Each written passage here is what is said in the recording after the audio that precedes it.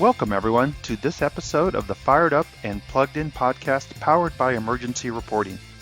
This is the podcast for all 21st century fire and EMS personnel. I'm Tom Lewis, Enterprise Training Manager and the podcast producer. Joining our distinguished host, Randy Bruegman, is Dr. Paul Davis, founder of the First Responder Institute and creator of the Firefighter Combat Challenge. Dr. Davis will share evidence-based insight on the importance of physical fitness for duty. Dr. Davis has consulted on job-related physical performance for the DEA, Secret Service, and the United States Border Patrol, along with many other law and fire agencies around the country. He earned his doctoral degree from the University of Maryland School of Public Health, Department of Kinesiology, where he placed major emphasis on the study of occupational fitness requirements and the quantification of work physiology. His dissertation on the energy cost and oxygen lactate kinetics of structural firefighting was the first published study of its kind. Dr. Davis is a member and fellow of the American College of Sports Medicine and author of over 200 technical reports and articles, as well as the co-author of the book Hard Work that expounds on his research on the relationship between human physical performance factors and health. Welcome to our podcast, Dr. Davis.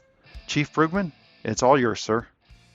Well, good day, everyone, and welcome back to another session of Fired Up and Plugged In. And today it's my pleasure to introduce Dr. Paul Davis, president of the First Responder Institute, founder of the Firefighter Combat Challenge, and an expert who has conducted job and medical standard development for hundreds of organizations, both in the public sector and the military. And good friend, known Paul for many, many years, and welcome to the show. Appreciate you being on. Thank you, Randy. I know it's somewhere around 30 plus years and counting. Yeah. I actually brought Paul in to a department in Illinois to do a job validation process or a fitness validation process for hiring for both police and fire, which was I think a very unique experience for both of us. Yeah, dealing with the politic of the day there, but it was a great process. So appreciate you being here. So why don't we just start today by you sharing a little bit about your background and experience and how it led you to your focus on the fire and emergency services. So Randy, I was a fresh graduate from high school in 1963, and of course we thought we were under imminent attack from the Russians, and so the Soviet Union. And actually, going back to grade school, we used to have the deal where you climb under your desk, like. Yeah, I remember that. That was going to work. Anyway, so our church had organized a heavy rescue team, interestingly, and there was a strong interest in guys from the construction trades who came out. I think we ended up with 25 guys in this heavy rescue team, and I thought this was this was the greatest thing since canned beer, maybe. And so we learned all the aspects of heavy rescue, and nothing happened. Yeah. We have our drills, and damn, those missiles never showed up. Anyway, I went off and I started my undergraduate work, and in my junior year, I joined the fire department. I'm in Montgomery County, Maryland, which has a population now of about 1 million. I think back in those days it was probably at 250,000. But the county was probably predominantly volunteer. We had 18 independent companies, 2 heavy rescue squads, and I was in the municipality of Tacoma Park, which has a combination department. And so anyway, I joined the fire department, and the University of Maryland ran the basic training programs for all the state, and that was through the Fire Service Extension, later to become MIFRE as its own standalone institute. Mm-hmm. So I went through basically all the training to get my pro board as a firefighter 3, And then came emergency medicine. And I had finished college, and I had a position teaching physical education, which I absolutely loved. But I started working on my advanced degree. And then coincidentally, we had the first definitive care program outside of California for advanced life support. Mm-hmm. And it was done through a regional medical program. The Heart Association had got this converted bread truck, if you could imagine. And I mean, it was a mobile intensive care. You know, I mean, we had the the whole operatory and all that kind of stuff. Anyway, that was some wild rides, and I was sure that thing was going to tip over at some point. It was so top heavy. But anyway, paramedic training went on forever because the state medical society was trying to figure out what was going to be the licensure procedure. So we were going to school for hundreds of hours, maybe 1,000 or whatever, and we would finish all the definitive care stuff. We were doing working at shock trauma, which, as you probably know, Maryland was the cutting edge, the golden hour. Alex Calley was a Korean War vintage trauma surgeon who was prescient in terms of his understanding of emergency medicine. So anyway, we were all loaded on a school bus, and up to Baltimore we went, and we sat for our certification exam. We're now all licensed to go out and jumpstart people. And so I had been involved early in the early EMT program, and then I became an EMT instructor. And then because at that time in the county, if you essentially had pro board certification, you could laterally transfer in as a career person. And so I had all the educational requirements to make me a lieutenant. And at the academy, I was teaching the biggest CPR or EMT programs because we were going to get all the career people certified as EMTs. So I had 60 guys in the EMT class with about 4 teaching assistants, one of the biggest classes ever. But we're crushing these guys through to get everybody certified. So at that time, I had started my doctoral program at the University of Maryland in the School of Public Health, and they made me an offer I couldn't refuse. So I basically beat feet over to Maryland, and I was head of the Human Performance Laboratory there. They needed somebody who could basically administer definitive care, and so I personally administered over 10,000 graded exercise tests. And both at the university, we also had one of the first contracts for employee fitness program with the Department of Justice. So I ended up working, I had, I think about 9 graduate students who were working for me in different contractual relationships with governmental entities. And then came FEMA. And you may remember Dave Gratz and Leonard Marks. And they came out to the lab. Of course, I knew Chief Gratz because he was the chief of Silver Spring. And they asked me, is there a way that you could measure the energy costs, or they didn't really know the lingo, but looking at essentially quantifying the human energy requirements for the performance of fireground evolutions. So we got one of the first grants, which in today's dollars was almost $500,000 for this study, which in the annals of cooperation was extraordinary because we had the DC Council of Governments put their imprimatur on it. So we had the participation of 5 agencies in the DC area come to our lab, go through a complete laboratory evaluation. Then we went over to the grinder at MIFRE, and we had, through our job task analysis, identified what I call now the 5 essential functions of structural firefighting. And I would say the ubiquity of these is evidenced in the fact that the attraction for the firefighter challenge is global. And I've been now around the world several times, from as far away to New Zealand, Australia, and looks like we've got some events coming up this year in the Middle East. And everybody's using the wet stuff to put on the hot stuff, and everybody's wearing stuff. I mean, in many ways you can make an analogy. I can take a carpenter from Maryland and send him to California. He knows how to hang a door. So that resonated within the sort of the locus of control of firefighters everywhere. So this is sort of the law of unintended consequences, in the sense that when we identified these 5 sequentially performed tasks, the order in which they're presented is really immaterial. It's really looking at the total physiological load when a firefighter has to do the stuff they do. Now, I can tell you, you were around probably when we transitioned from negative demand to positive pressure SCBAs. What a difference. So in the process, and this is pretty interesting, in the process of the U.S. Fire Administration sort of getting ramped up, we met with engineers from NASA, and we explained the problems with self-contained breathing apparatus, and I had a very good understanding what the metrics were in terms of respiratory exchange, and it's your minute volume, how much air can you move in a minute.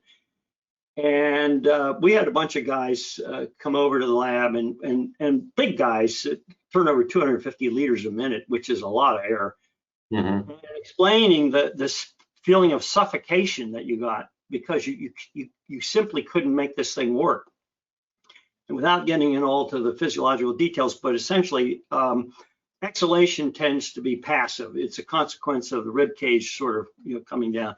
Well, when you're doing that against a resistance and having to suck the air in, you cannot get respiratory homeostasis. And what we noticed, about 15% of our firefighters in going through these evolutions had this feeling of suffocation. They ripped their face piece off, which, as you know, you don't want to do that in a fire. And so I explained that, and the engineers go, we can't, we cannot deliver that air. And so in essence, you're taking every firefighter, you're putting a governor on them and saying you can only work this hard, which is ridiculous. And one of the hardest things to do in firefighting is climbing stairs under load. And so we had, monitoring, and we did blood lactates and all sorts. I mean, we really had this thing dialed in.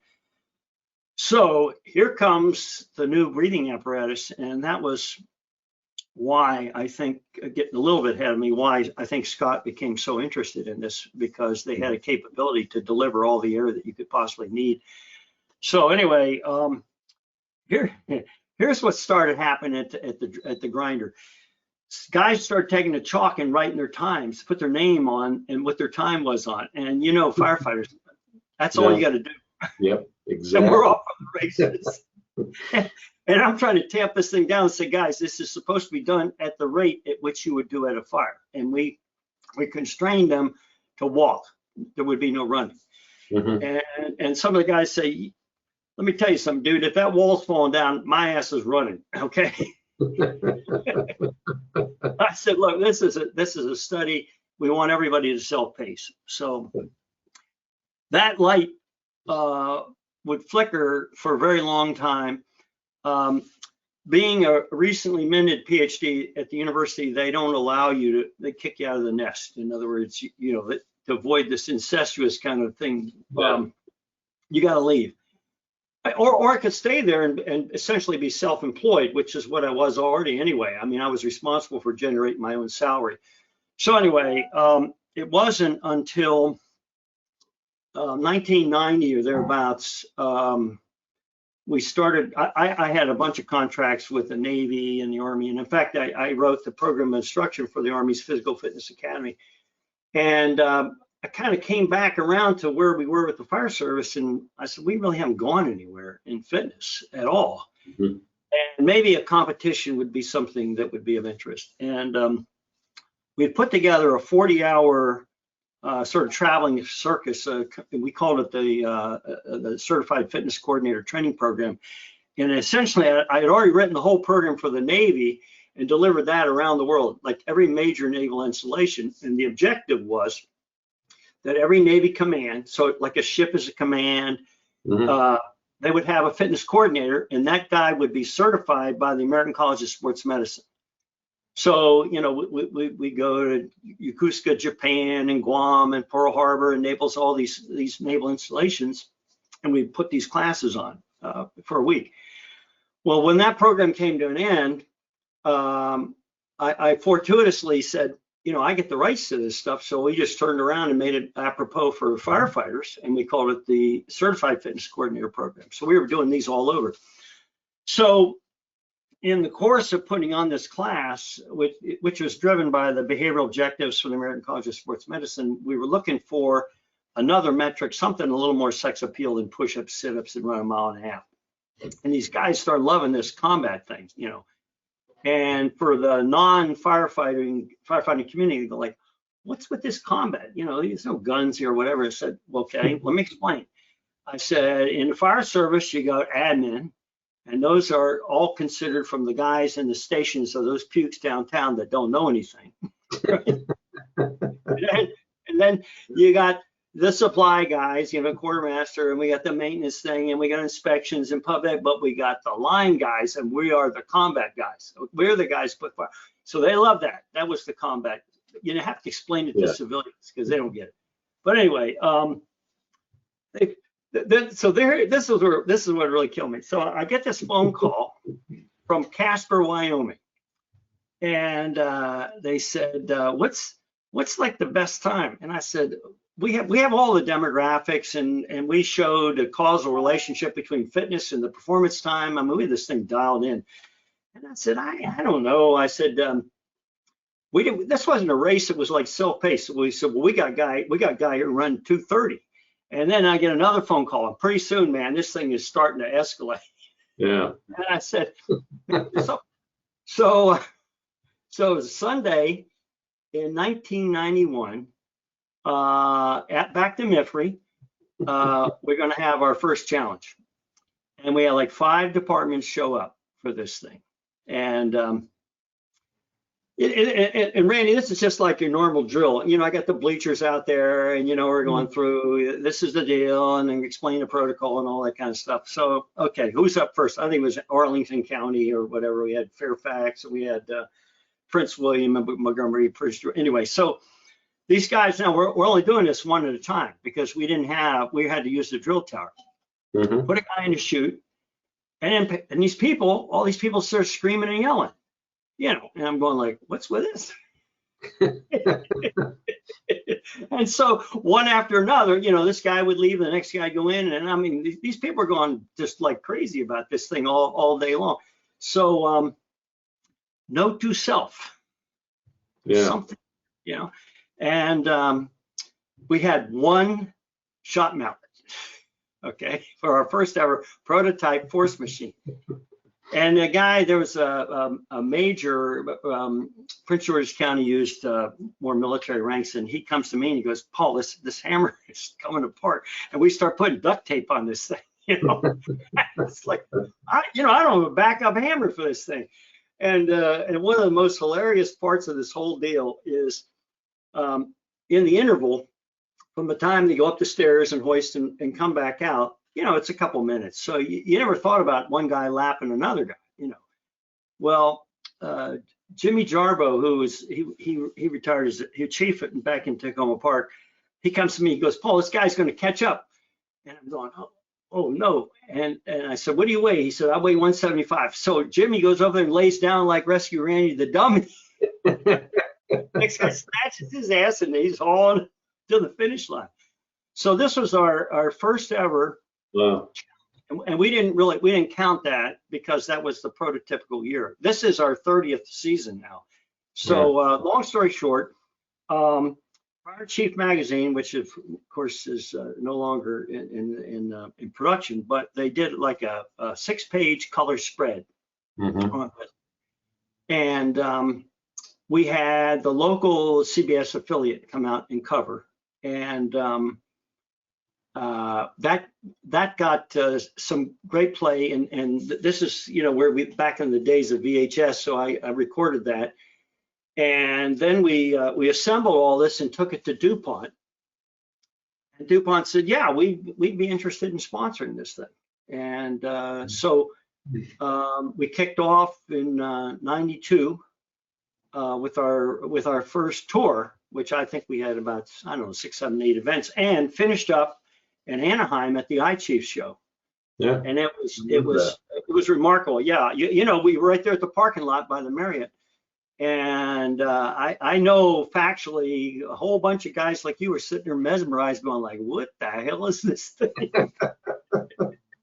So that's kind of how we got launched, and 50 words or less or more.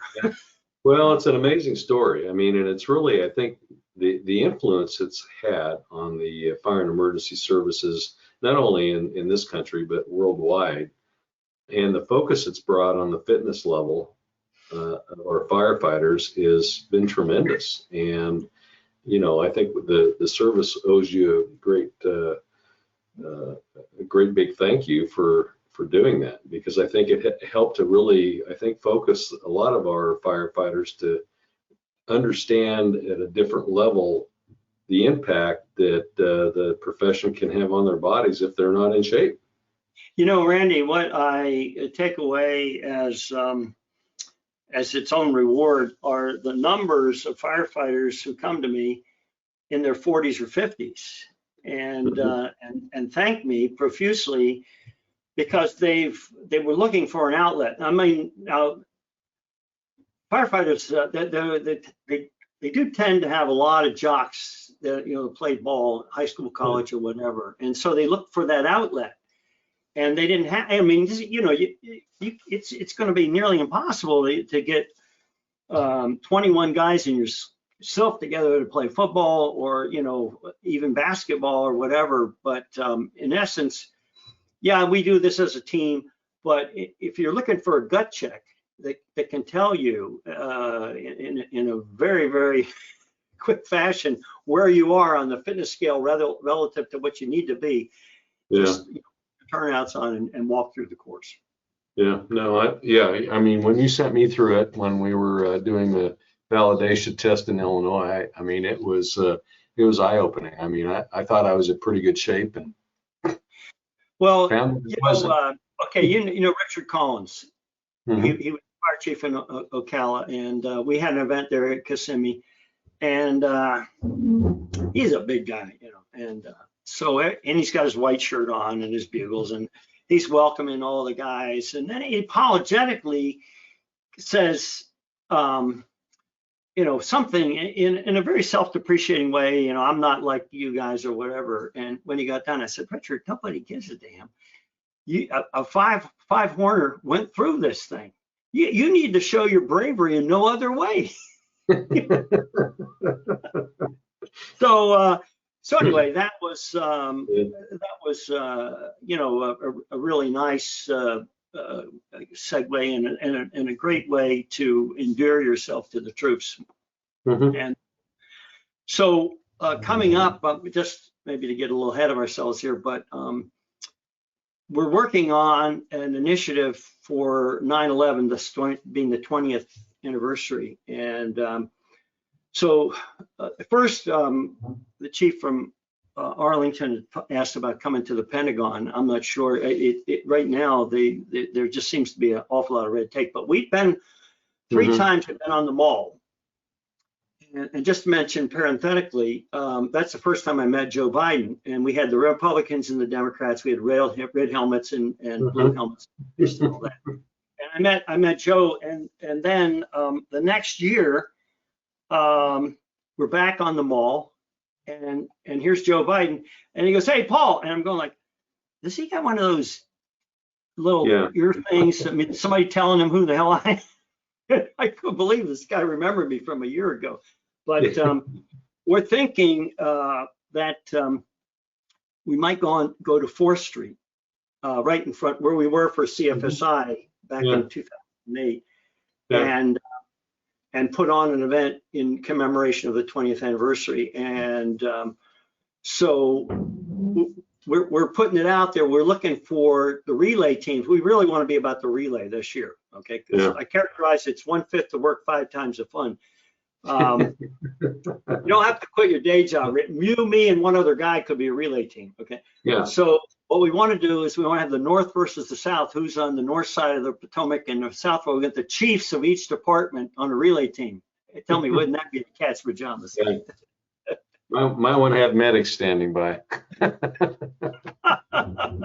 Well, we do anyway. But Yeah, just saying. So what do you think has been the impact on the overall fitness level for the service? well, I mean, I think that we have the whole gamut.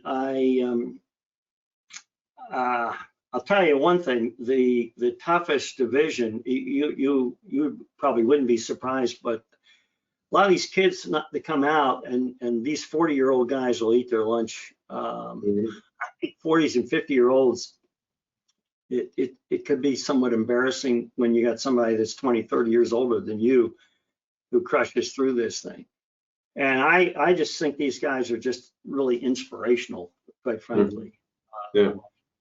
On the data side, one of my mentors, the late Fred Catch, was a professor emeritus, did one of the longest running longitudinal study of a control group, meaning people who were in an adult exercise program. This is at San Diego State University, in a control group of the dropouts. And they had agreed to come back every year and essentially go through the measurements. And I think this is confirmatory of the value of behavior, in the sense that making a personal commitment for fitness is a lifelong one. So let's take, you take your typical firefighter who comes in the 20s, and the expectation is somehow that you got to cut me some slack for advancing age. And I was in one of my 40-hour classes. We were up in Marlborough, Mass, and I got about 25 guys in the class, and they're all wanting some sort of consideration for being in their 40s. And I said, I got it. I've got this. Here's what we'll do. We're going to get a minivan and we'll put a light bar on it and all that. And we're going to put this vehicle only responds to false alarms, and we're going to put you in it. The response was, does it pay the same? Yeah, exactly. I'm in. But the point is, it's a personal choice. Yeah. And you can choose in large measure not to age. I mean, you can't keep your hair from turning gray and falling out or whatever, but you certainly can identify a program that's going to keep you in shape. And what was interesting is with Fred's data, the data set was flat line. I mean, virtually no loss of aerobic fitness over the span of a 30-year career. After that, now in sort of the unaffected state, meaning if you're just going to let nature take its course and coast, you only coast in one direction. You don't coast uphill, you coast down. Yeah. So the natural decay rate of aerobic fitness is 1% per year. So over a decade, you've lost 10%. So one of my first contracts was with Montgomery County, where we set up a human performance lab at the Public Service Training Academy. And every single public servant, safety service, corrections, sheriff, law enforcement, and fire would get an annual evaluation. So they would come in and we'd get them a treadmill test, body composition, a risk profile, and a muscular strength assessment. And I got the finance department to fund a study where we took the police and we tested them on hire, and then we tested them at the end of their 6-month academy, and then we tested them a year later. Well, shocko, they were in worse shape at the end of the first year. Oh, yeah. So what did we teach them in the academy? Obviously nothing. And this brings me to my point, which is I wonder, why does it become the municipality's responsibility to rehabilitate you for the job you should have been ready to do on day one? I had a contract with the city of St. Paul, and there were 6 charging parties that were loggerheads with filing these motions back and forth, and we were retained for the purpose of designing a new selection test for St. Paul. And I had a meeting with the mayor, who was at that time was Norm Coleman. He became a U.S. Senator. And, you know, I said that, you know, I have every confidence that we can develop and deliver for you an excellent accession test. Randy, there were 4,500 applicants for 45 jobs. Okay. Yeah. Wow. So anyway, we did the full boat. At the time, we didn't have, there were no women as firefighters in St. Paul, but Phoenix had a number. And so it became a cooperative St. Paul Phoenix source study. So we did a treadmill test with blood lactates, and we also did real-time oxygen uptake during the performance of these tasks, as well as looking at blood lactate levels to demonstrate that this is a job which comes with an awful lot of anaerobic requirements because of everything we deal with is heavy. Yeah. And the first thing we do is we put you in your 50-pound business suit and say, oh, by the way, go to work. Well, I was at the Redmond the year that this guy from NIOSH came out and made the pronouncement about the new NIOSH lifting requirements, 43 pounds. And there's like 1,200 firefighters like descend on this guy, like, where in the hell did you come up with that idea? Yeah. And this guy's backpedaling and all. And I remember one of the firefighters saying, he said, you know, you could be in a personal injury accident and you're the only guy who can get in the car, and you got to get this guy out of the car. And the guy may weigh 200 pounds. And this guy starts, you know, I don't really know. And it was clear he didn't know. So yeah. we have a job that so transcends, you know, and you know, like not UPS, so they can't have a box more than whatever. I mean, the exigent circumstances are, it is what it is. Yeah. And I want to interject this one little personal story. I was on the ambulance that night. We had a working fire, a single family unit, and it was snowing like that you wouldn't believe. I've been 16 to 18 inches of snow on the ground. And I got there just as they were pulling the two victims out. And of course we couldn't roll in the gurney over there. And so me and the other guy went over, and this guy, all he had on was his skivvies, and he had like 2nd-degree burns on his body. I was like, oh man.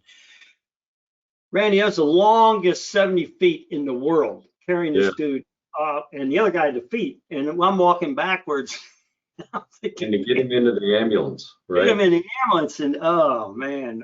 And so, you know, failure is not an option in that kind of situation. No. And so, you know, that's one of the things I loved about the fire service is you never knew what's going to happen next, and and you want to be ready for it. And so I don't understand. Like one of my training officers retired as a chief officer. It was Teddy Jarbo, and just an incredible, not only a great, he had an engineering degree, but a great fire command officer. And we were sharing the stories, and we have a couple high rises not far from where I live. They're about 20 some stories, and I guess they had up at the penthouse. It's always at a penthouse. Oh yeah. So anyway, these guys start humping up the stairs, and Teddy said he gets there and there's nobody else. And he said the only thing he's carrying is the radio. And he looks down and it looks like a fire sale. You know, all these guys strewn out, whatever. And the point is that the time to find out you cannot get the men and equipment to the floor below the fire is not when we're having the fire. And this is a knowable solution. It's not like it, you know, and going back at this guy's long deceased, but the then chief of the Chicago Fire Department, who I met when I was actually at the university, sat me down in his office, was trying to tell me about some of these big fat guys are going to save my skinny little ass. And I thought, I don't think so. No. See, you know, it comes down to physics. You know, it's really, it's all about physical science, quite frankly. So we're kind of bumping up on our time today, but I want to finish with a final question, if I could. What's your opinion on annualized fitness testing for our people? Okay, so the fire service is unique in that at the present, everybody gets to make a decision about what their fitness standard is. Mm-hmm. This is no way to run a railway. Okay, I mean, you You have to have a minimum set of requirements. Okay, so we're working on a cooperative study right now with Irving Fire. Okay, and sorry about that. Let me just kill this. I had hoped that I had turned my phone off, Randy, but anyway. No, that's okay. Okay. So anyway, okay, it rings through in my Mac. Okay, so basically, Irving has had a condition of employment for 30 years. So we were trying to get a FEMA grant together, but we just couldn't get for this window. But we've got a killer study coming up on this. All right, so they alternate every year. One day there's sort of a general fitness each 1 year, then they do a work performance evaluation. All right. Mm-hmm. Now, I mean, this strikes terror in the hearts of some people, but no one in Irving has lost their job. Furthermore, the workers' comp rate continues to go down year after year after year, with more over 50-year-old firefighters on the job than ever. The other part, which I like, is the psychological component to this, where, you know, I've had all sorts of discussions. We talk about Bubba and what a great engineer he is. This guy can drive a wagon and all that kind of stuff. Well, sometimes we don't need the wagon. We need Bubba. Yeah. And Bubba's useless. You know, guy hasn't seen his feet lately. So how do you justify that? And so what my comment in having this sort of discussion is, you need to take the medicine, meaning you have to engage in regular periods of physical activity.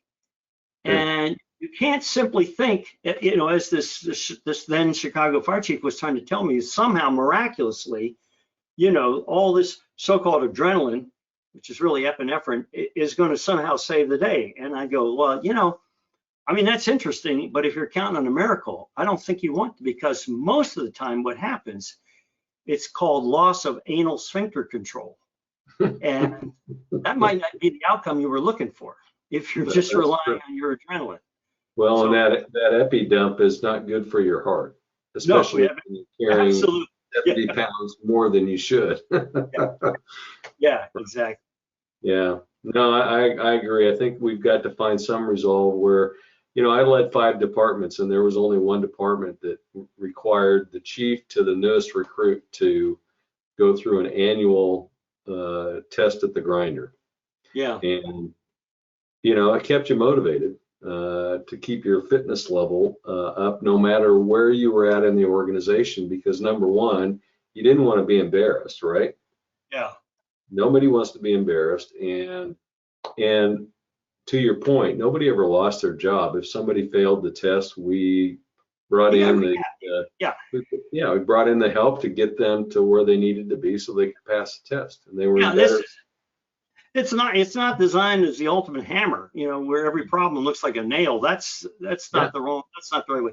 No, you know, we have a challenge in Berlin every year. Mm-hmm. And the Paris Fire Department guys came over, and they were just hysterical. There's like 12 of these guys, and they're doing the wave in the bleachers. It's like a 12-guy wave. Anyway, they invite me to come to Paris, and which I did. I was going there anyway. So Monday I show up at their fire station, and then the captain comes out, and I said, I understand you have some sort of performance test. He said, yeah. Then he gets one of the guys to come over, and he said, now you usually have to do this with your gear on. You had to do a shelf muscle up every day. If you didn't do that day, you weren't working. You do it every single day. And I thought, man, all right. That was impressive. I put that up on YouTube, but this guy does it like, you know, he's breathing. Right. The takeaway, in my opinion, is the attitudinal changes that come, as in Irving, where it used to be you made excuses for Bubba, and now the captain says, I don't want that guy on my rig. He compromises the safety of my guys. And that's the way it really ought to be. Yeah, no, I agree. And I think that we need to have an agreement between labor and management that we can do that, because oftentimes the captain will say, I don't want this person on my crew because they're out of shape, and either the union and or the leadership of the organization won't address it, and so, or can address it. Well, how can you in one breath say it's all about safety when we know one of the biggest components of safety is having a fit workforce? Yeah. I mean, it's sort of diametrically opposed to common sense. Yeah. Well, that's local government sometimes. Or government in general. So yeah. But anyway, well, Paul, thanks so much for being with us today and sharing your insights, and just kind of bring us up to date on what you're working on. And I'm really happy to see the Combat Challenge coming back in to play. I know it's been you've had a little rest period like the rest of the world. We did our obligatory 15 events and closed to the public at academies.